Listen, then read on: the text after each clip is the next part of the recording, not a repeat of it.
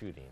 They track down and capture Milwaukee's most dangerous criminals, the FBI MPD gang task force. They often work undercover out of the public's view. Well, tonight we're giving you an exclusive look inside their hush-hush activities. Rebecca Clough joined them as they beat down doors and took drugs, guns, and bad guys off the streets. Rebecca.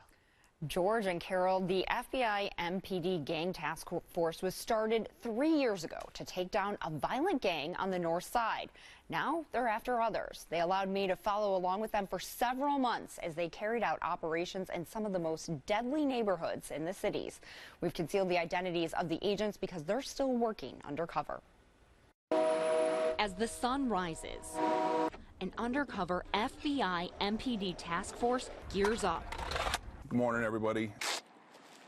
Today, the gang task force is going to be participating. There's been an increase in gang activity, violence, drug trafficking. District 7 has identified several hot spots within the district. The group has a very specific mission in Milwaukee. Our main focus is violent offenders. We're interested in the shooters.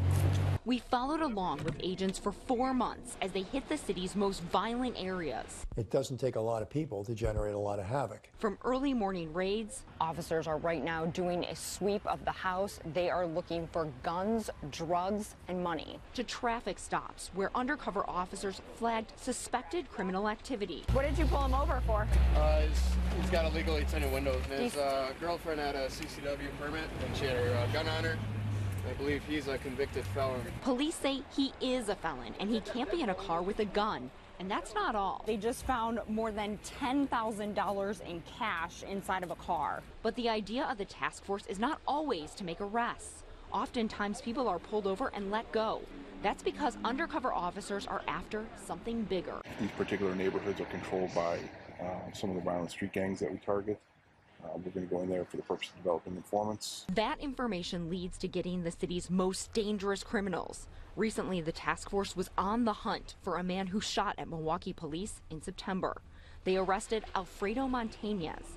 Agents say he's affiliated with the Latin Kings. There are drug gangs out there that are violent, that use violence to collect debts, violence to rip off other drug dealers, violence to compete for territory. Agents and officers say oftentimes the hardest thing is to get people in neighborhoods controlled by crime to work with the police. We went back to those same areas without agents, spending time with neighbors.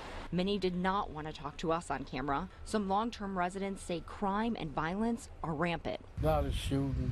I guess because I grew up in this neighborhood, I mean, it's not safe nowhere. Others say police aren't out to help them. You can't even walk around without being considered a target. They only harass you just to see your ID, and then when you resist it because you know you did no wrong, they say that it's kind of like they're saying you're provoking them. Since the gang task force has started, they've made over 300 arrests, nearly 300 gun seizures, and over 400 drug seizures. In total, the task force has indicted 90 people in federal court.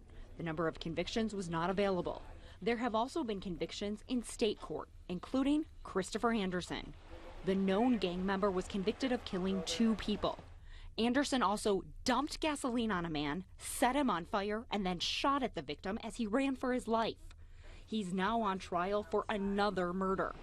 The task force says getting these people off the streets makes a difference. Now, in the last year, the FBI and the police have started a new strategy targeting a small area in the north side of the city. Coming up tomorrow, I'll be back on the street with the task force to show you how targeting that area drives down crime across the entire city. George and Carol. Great access. Thanks, Rebecca.